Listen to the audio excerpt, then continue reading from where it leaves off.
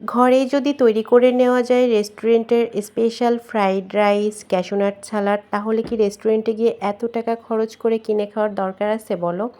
আজ আমি কিভাবে এই মজাদার ফ্রাইড রাইসটা তৈরি করেছি, ক্যাশু নাট সালাদ তৈরি করেছি, ছোট করে রেসিপিটা তোমাদের সাথে শেয়ার করছি।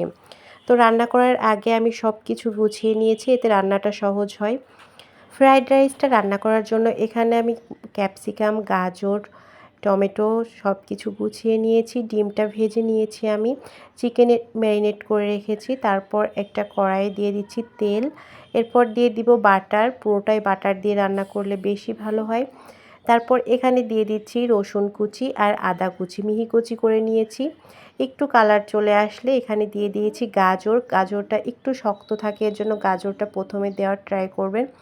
তারপর এখানে আমি পোলাওয়ের চালটা 80% সিদ্ধ করে রেখেছিলাম 7 থেকে 8 ঘন্টা আগে।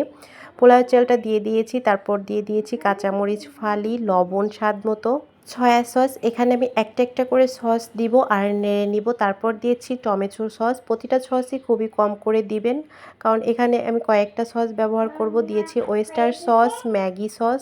আমি যে সসগুলো দিয়েছি সবগুলাই দিতে হবে এমনটা না, হাতের কাছে যেগুলো থাকে সেগুলাই দিবেন, তবে সবগুলা দিলে টেস্টটা একদম হুবহু রেস্টুরেন্টের মতোই আসে। এরপর আমি দিয়েছি চিলি সস, তারপর ফিশ সস। অবশ্যই ফিশ সসটা দেওয়ার ট্রাই করবেন। তারপর দিচ্ছি ভেজে রেখে সাইজ করে রাখা ডিম। আপনারা চাইলে ফার্স্টে স্ক্রাম্বেল করেও দিতে পারেন, বাট আমরা এভাবেই পছন্দ করি। তারপর দিয়েছি গোলমরিচের গুঁড়া আর চিকেন পাউডার। চিকেন পাউডারটা দেওয়ার চেষ্টা করবেন। একদম লাস্টে দিয়ে দিচ্ছি ক্যাপসিকাম, লাল আর সবুজ কালারের। লাস্টে দিলে ক্যাপসিকামের ক্রাঞ্চিনেসটা থাকবে।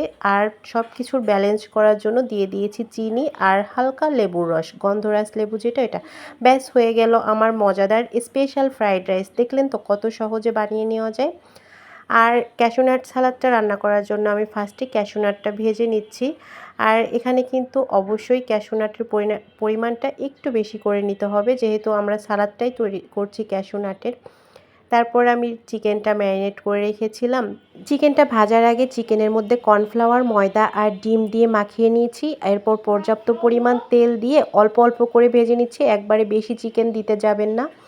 আর এই ক্যাশু নাট সালাডটা কিন্তু অনেক বেশি মজা হয়। আমি রেস্টুরেন্টে যখনই যাই এই আইটেমটা আমি রাখি, খুব বেশি পছন্দ। তো সবগুলো চিকেন ভেজে নিয়েছি। এরপর দিয়ে দিচ্ছি ক্যাশু নাটগুলো। তারপর দিয়ে দিচ্ছি ক্যাপসিকাম, গাজর, শসা, টমেটো। আমি হালকা সটে করে নিয়েছি। এরপর এখানে কয়েকটা সস দিব, tomato sauce, soya sauce, chilli sauce. তারপর হচ্ছে দিয়ে দিচ্ছি গোলমরিচের গুঁড়া। এই সসটা এত বেশি মজা হয় যে এই সসটা থাকলে রাইসের সাথে আর কোনো কিছুই আমার দরকার হয় না।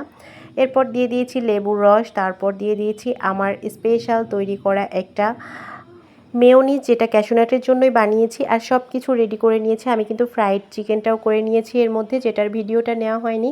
তো দেখলেন তো কি সুন্দর করে একটা রেস্টুরেন্টের কম্বো সেট তৈরি হয়ে গেল, সেট মেনু। এই খাবারটাই যদি রেস্টুরেন্টে গিয়ে খাইতে যান কত টাকা লাগবে আপনারা জানেন? বাসায় কিন্তু খুব সহজে তৈরি করে নেওয়া যায়।